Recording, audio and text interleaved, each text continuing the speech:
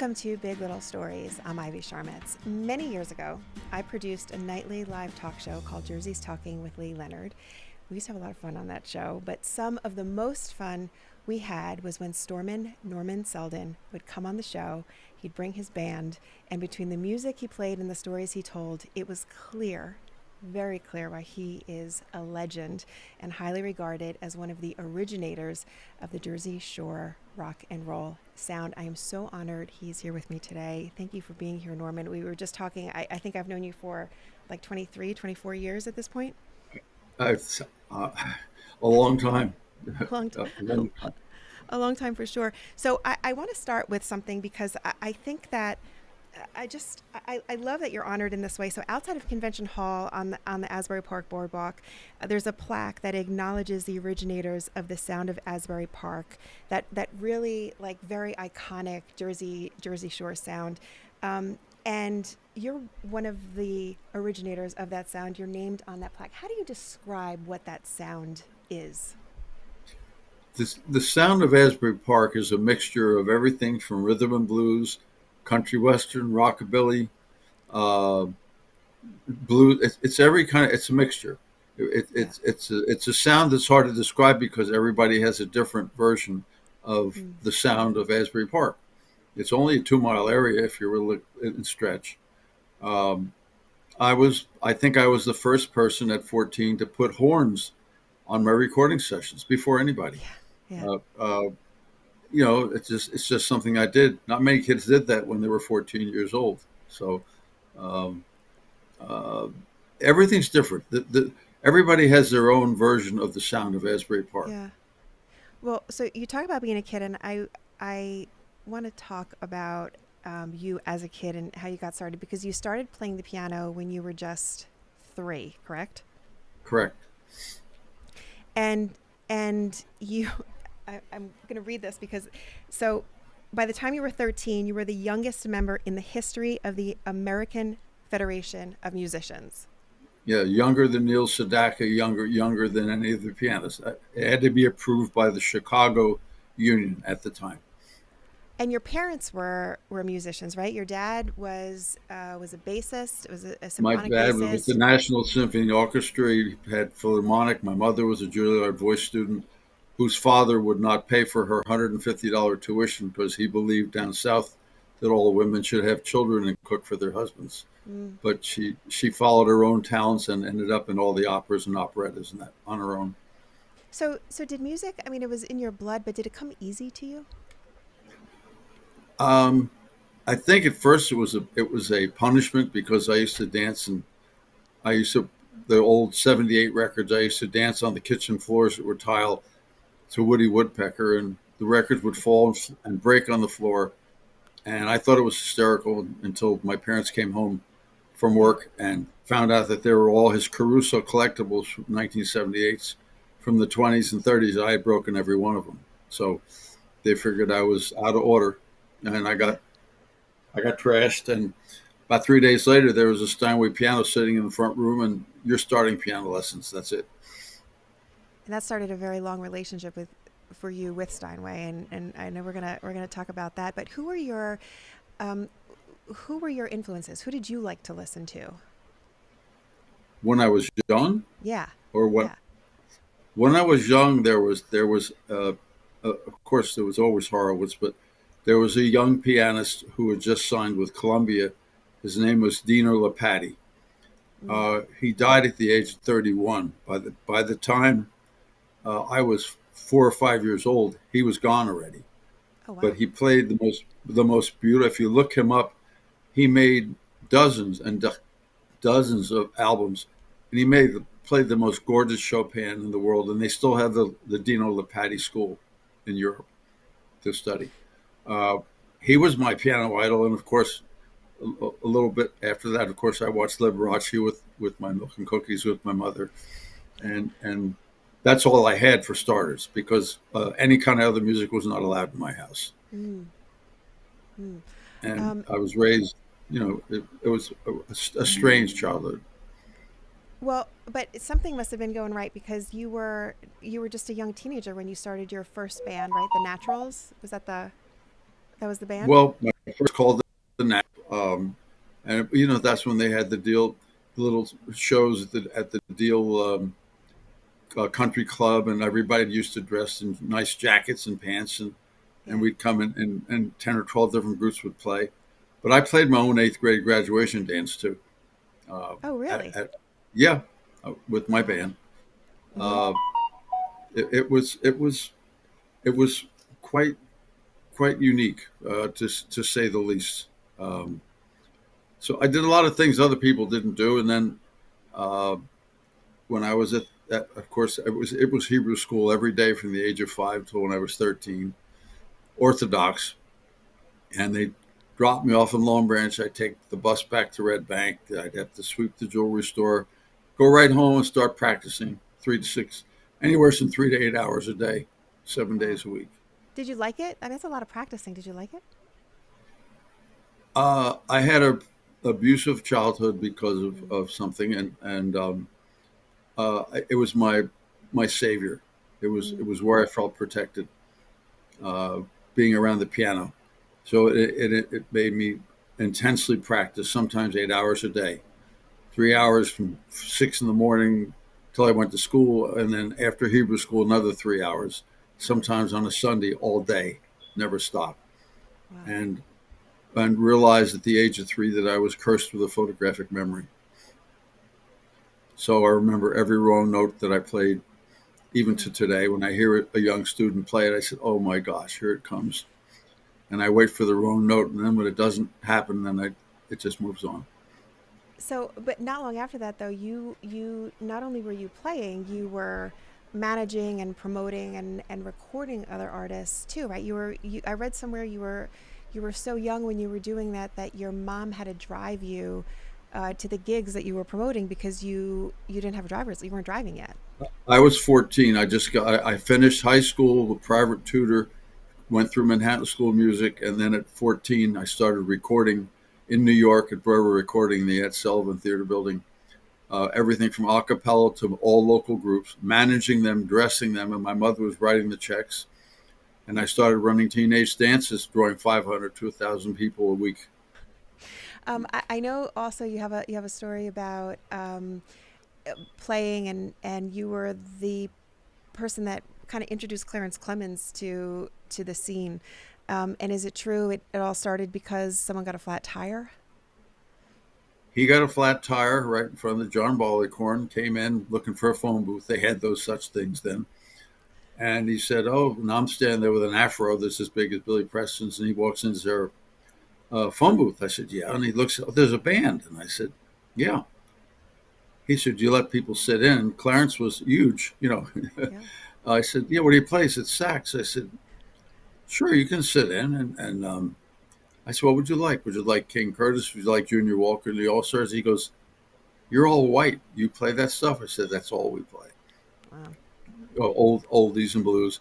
And he sat in, and the audience was all white. And if you saw the faces on them when they saw a black guy in that band, Yeah. it was like, "What?" It was not the first time that happened. It happened in 1965. I had Harry Ray, which later became Ray Goodman and Brown, Love in a Two-Way Street. Mm. And I picked Harry out of the Valtiers, and he came to me one day after being with the band and going in the Army. He came out of the Army. He said, "I want to come back with the band. Can I audition?" I said, "You start tomorrow." Then he Wow. came one day. He said, "How much do I owe you for to let me out of my contract?" I said, "Our contract was a handshake." He said, "Well, I have a chance to record on Stang, and they're going to call the group Ray Goodman and Brown." And uh, and I heard the song. I said, "Go record this song. Have a career." I said, "Just don't forget who helped you. That's all." Yeah.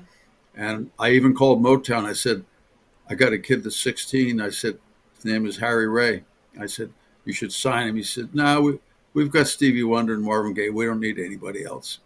Wow. And I was introduced to the entire black radio network by Jocko Henderson, who was the head of WADO, and he also did the Armed Forces radio broadcasts. So Mm. when he went in and took me to a meeting at Ray Charles Tangerine Music, I was the only white guy in there. And they said, "What's he doing here?" He said, He brought his records from all his groups. He only manages black groups. I want all of you to take his records. I want all of them to be pick hits in the week. That included North Carolina, South Carolina, Charlotte, Florida. He said, I want to hear them all in the air and I want to see them on the charts, including DC. And inside of 3 weeks, they were all on. So It, and I said this too, but the your career and the way you've really brought people together, it does speak to the power of music and just to how much you've done to really just make an impact on the industry. We're going to take a very quick break, and when we come back, I want to talk to you about some of the things that have happened since then, including I know you had a life-changing moment on stage at the Parker House. I want to talk about that because I know that was very big for you. So we'll take a quick break. We'll be right back.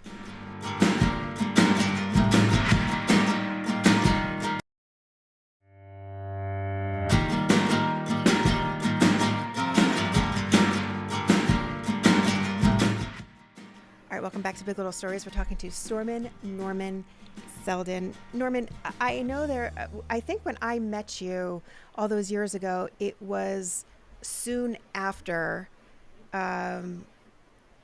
something happened. You were at the Parker House, right? You were on stage. Tell me about what happened, because I know that had a profound impact on your life. well, you actually met me before. I did a show or two before, and then I came Oh, on that's right. after. Because I think we're the only ones who were on 3 times or 4 times, and Yeah. the repeats were incredible. Um, I was just playing with the group, and all of a sudden I felt fine. I did one set, and then all of a sudden I started feeling I hit my funny bone from the top of my head to my toes about 1,000 times harder, and everything was spinning like you see in the movie.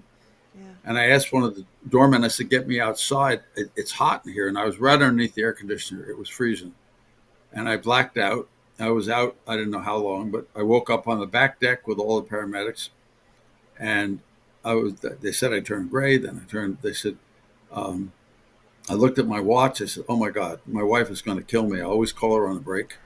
And they said, "Well, your stuff is all packed up. You're done. You've been out for like 45 minutes." I said, "What?" He said, "Do you want to go to the hospital?" I said, "No, I want to go home." So, of course, somebody drove me home. Jamie was furious, and she said, "What happened?" I said, "I didn't feel good." So Jamie was a one glass of wine drinker. She said, "I'm gonna have a glass of wine, but if I drink this glass of wine, I'm not driving you anywhere. You want to go have it checked?" So I said, "Fine." Went down to the hospital, and they decided I had pancreatitis. That was their assessment. But she said, Can he stay overnight? We'll check him in the morning for the other things." They said, "Yeah." So I was in there overnight. I got up the next morning, went to the bathroom. All of a sudden, the same hit the funny bone 10,000 times harder. My whole body shook. And I don't remember much except my wife walked in from the jewelry store, and the orderly, who was a customer in the store, was smacking me in the face to come back. And that's when Dr. Belushi, thank God, came in. He said, "What Wow. is going on?" He took a quick look, and he called, grabbed the phone, and he called down in Jersey Shore. He said, "We have gray matter coming, and it's an aortic dissection." I had no idea what that was. I was still groggy, but that's when he said he needs to go now. We got about 25, 30 minutes. We have no chance. And I didn't know what the story was because Jamie was there, and my singer Pam, who's her best friend, were both of them were together. They didn't know which was my wife, and it took 9 hours for that operation. It turned out that I had an aortic dissection, which was the same thing John Ritter had. He died in 20 minutes, uh, and they had to take my complete heart out and put me on life support and put a new synthetic aorta in and an aortic valve, and then reattach all the arteries and then shock you and see if you come back. How did that experience And change your life, change your outlook on life? And I know I've heard you talk about this, and I read it too, that you it was the desire to play and your passion for music that helped you recover from it that. was that, but I crossed that line that people talk about, and I'm unconscious. I know nothing, and I see this like a gold and a yellow looking halo. And I'm starting to cover with this line. Mm. And I see two hands. One was my wife's hand and one was my daughter's hand.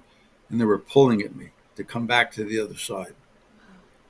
Wow. And just yanking. And I could tell because my daughter just got a ring from the store, and my wife's fingers were very small, and I saw her ring, and they were pulling, and all they were doing was come back. That's all I remember from 9.5 hours of surgery. Wow. Wow. And then what did it feel like when you took the stage for the first time after that? I was told I couldn't go back on stage for at least 6 months, and I said if I'm off for 6 months, I'll never be able to come back because Mm. I was booked for 3 years in advance. So the doctors, after two visits, and they found out I had no fluid in my lungs and everything. They said, "Well, you can go back," but we played outside. That was the summer; it was 108 degrees out. He said, "This is basically a suicide mission." I said, "I have to go back," Mm. and said, "Okay, you can do 2 nights." I said, "No, I have to do four." Uh, and everybody thought I died, even in Point Pleasant. When one of my musicians went down, they said, "When is Norman's funeral?" We're so sick. He's not dead. They all thought I died. Uh, Wow. so I sent an email out that I would be appearing down in Bayville, that I would be there, and it was an outside job. Oh God, it was at least 110. And I looked in the audience, and he called me about 4 in the afternoon. He said, "What did you do?" I said, "I sent my email out." He said, "I have 395 reservations for tonight." He said, "You're playing outside. You can hold about 150 out there by the pool." He said, "But I only have 100 seats inside." He said, "Just don't send anymore." So when I went up there, they set my stuff up for me. And Jamie was in the audience. I looked around, and there were more doctors and nurses there. I think they were afraid I was going to take the bullet at that time. Mm. I think it was 110 degrees out. And instead of opening the set with something bouncing, I sang the hardest ballad I could sing. And it hurt. And Wow. got through the first set. Everybody was waiting. I went behind my truck, and nothing but blood came up. It Oh just my came God. pouring out of me from, but I was all right. I just told the guy, I said, "Listen, I'll be ready in 10 minutes. Just let me mouthwash and go back up."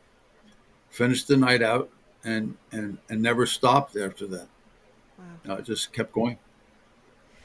Um, you've mentioned Jamie a couple of times, and I want to talk about your wife, Jamie, the love of your life. You're married for 34 years, right? I know she recently passed away just this past year. Uh, it's been a hard year, I know, but I know that you're also doing so much to honor her memory. Can you talk to me a little bit about how you're doing that? She when she had all her faculties, and until the last couple of months, we had birthday parties for her, and Pam and everybody would show up. We'd sing, and um, we decided that she didn't want to go. She said, if you do a show, you're going to spend money on everything. She said, let's choose some charities that I like, and and she wanted to choose a place, um, that takes care of women. That's in Ocean Grove, Mm. where women that have cancer can go and relax, and they're not publicly funded, and also the New Jersey firm that takes all of the people that don't have insurance. They see them for uh, well, like I'm being seen for counseling. They take minors. They take marriage counseling, people in distress, and Yeah. and they're supported by individual funds. So the letters that I've been sending out are for these places, and when it all comes in, it's going to be split up, and it's going to be donated in two different checks in Jamie's name to the places of that of that nature. Yeah. Yeah, and I had the pleasure of meeting Jamie, and I know she was such a remarkable and special and beautiful woman, and I think what you're doing is just it's just so special, and I know I know how much that means to you. We could. I feel like we barely scratched the surface. We could talk for so much longer about everything that you've done. I do just want to mention though that your book came out. You don't know me, and there's one thing in here that I just wanted to read to you. You said that after completing this book with dozens of true, good, bad, and ugly stories, I did finally realize that my best friend from the young age of 3 until now is a Steinway and Sons piano. It was my only savior when times were really tough. It most likely saved the sanity of a very small boy wanting to be much older, and it has gotten me there. What has music meant to you in all these years? Everything. Yeah. Um, I to, mean, to be, I'm gifted for that. yeah. Uh, I was just cleared by my cardiologist and my best friend, who was also Jamie's. He said, "You've got hands of a 50-year-old, a voice of a 50-year-old." He said, "You'll be in constant demand. All you have to do is just go back out there." We just finished Light of Day 2025. Yeah. It was spectacular. Ugh. Uh, Norman, people have to check out your book because I think the book probably could have been like 3 more volumes just of what it is. But the we, stories we in we here, cut 300 pages I can because imagine. there was a lot of stuff. You want to have something that's sensible to read. Yeah. And Charlie Horner is a historian, Yeah. and in fact, he's um, the head of the new Asbury Park Museum is breaking ground in 26, Yeah. 25 actually, and it's going to be wonderful. It's a Amazing. gorgeous building. We are just about out of time, but we like to end every show with asking everyone the same question. So I'm just gonna Oh boy, run through them with you. It's real easy. So how do you get yourself out of a bad mood? I sit down and play. I knew that was gonna be the answer. And what's your go-to karaoke song? I mean, do you do karaoke? No, No, but when you just like wanna, what song do you sing in the shower? I really I have one song that most people don't even know. I don't sing in the shower. Okay. Uh, Sometimes melodies stay in my head. They just Mm, they won't go away. But the song that means more to me personally is by the writer Mark Cohen oh yeah. that did Walking to Memphis. Mm-hmm. It's called The Things We Handed Down. Mm, If you listen to that, it's heart wrenching. that's It's beautiful. stuck in, would you like to be like your mother or like your father? Uh, would you give up this to be that? It's an incredible song. Uh, And our last of our three big little questions here is, do you have a favorite spot in New Jersey? What's your favorite spot in New Jersey? Or one of them? Gosh, I mean, I know Red uh, Bank has always been so important to you, right? Red Bank really pays no attention to me. So Oh, they pay attention to Count Basie, not to me. yeah. I'm the leftover fact. I enjoy every. I don't go into a venue unless I enjoy it. Yeah. As far as small venues go, I enjoy the R Bar in Asbury Park more than anything around here because it's a New Orleans setting and that's where I'm based out of. As far as you know, the kind of music I play and the way they treat their musicians and the just the wonderful setting of being in another world when you walk Yeah. in there. You just don't Yeah. expect it. It's the same as artists. As sometimes just about artists. The most phenomenal artist to me, in my mind, has been Joni Mitchell all my Mm, life. mm. Her Um, voice, her songs, it's amazing. Amazing. Stormin Norman Seldin, incredible. you are definitely a legend. I'm honored to have been able to call you my friend for so many years. Thank you so much for being here on Big Little Stories. I appreciate it. And you still owe me a dinner, or I owe you a dinner. You know that. I'm for You about got eight it. now. You got it. You got it. Thank you so much. I will talk to you soon, my friend. And that will do it for today's Big Little Stories. I'm Ivy Charmatz. Please check us out, Big Little Stories Show on Instagram, and I'll talk to you next time. Bye bye.